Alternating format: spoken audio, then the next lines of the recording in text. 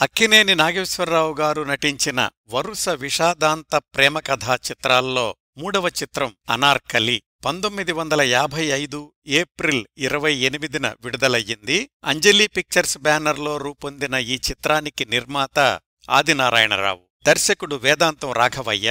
అనార్కలి చిత్రానికి మాటలు పాటలు రాసింది సముద్రాల రాఘవాచార్య.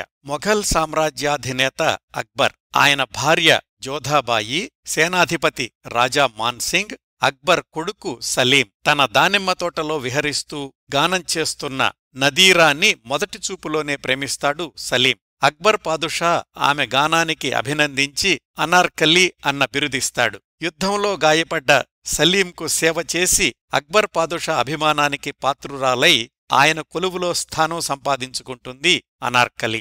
సలీంని ప్రేమించిన మరొక నర్తకి గుల్నార్ సలీం అనార్కలీల ప్రేమను భగ్నం చెయ్యడానికి రకరకాల పన్నాగాలు పన్నుతుంది. ఆ ప్రేమ జంట గుల్నార్ కుయుక్తులకు బలికాక తప్పలేదు, అనార్కలి సజీవ సమాధి కాక తప్పలేదు, భగ్న ప్రేమికుడైన సలీం హృదయం ముక్కలు కాక తప్పలేదు. ఈ చిత్రం మనోహరమైన సంగీత కావ్యంగా రూపుదిద్దుకుంది. సంగీతం సమకూర్చింది నిర్మాత అంజలీదేవి భర్త ఆదినారాయణరావు గారే. ఈ చిత్రంలోని పాటలన్నీ ప్రజాదరణ చూరగొన్నవే.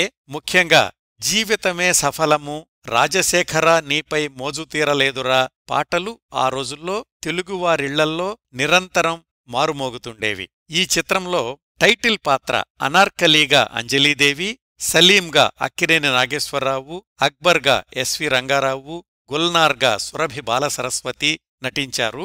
ఇతర పాత్రల్లో కన్నాంబ, నాగయ్య, హేమలత, పేకేటి శివరాం మొదలైనవారు నటించారు. ఆ రోజుల్లో చక్కటి విజయం సాధించిన ఈ చిత్రం ప్రస్తుతం యూట్యూబ్లో లభ్యమవుతోంది.